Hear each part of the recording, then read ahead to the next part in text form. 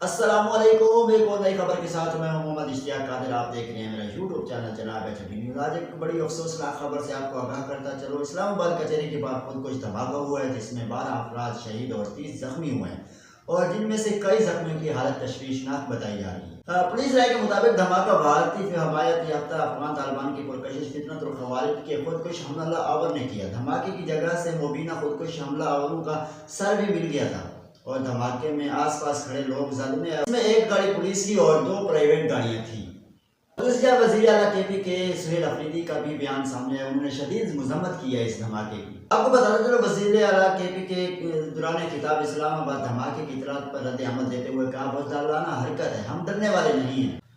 पेशावर में तकरीब से खिताब करते हुए सुहेल अफरीदी ने धमाके की इतला मिलते ही मजम्मत की और कहा, मुझे अभी बताया गया है कि इस्लामाबाद में धमाका हुआ है और एक बुज़दिलाना हरकत है, इसकी शदीद अल्फाज में मजम्मत करता हूँ। सुहेल अफरीदी का मजीद कहना था कि गुज़श्ता रोज़ाना में कैडेट कॉलेज पर हमला हुआ है और उसकी भी हम मजम्मत करते हैं। जिन चीज़ों से हम डरने वाले नहीं हैं, मुकाबला करते आए हैं और करते रहेंगे।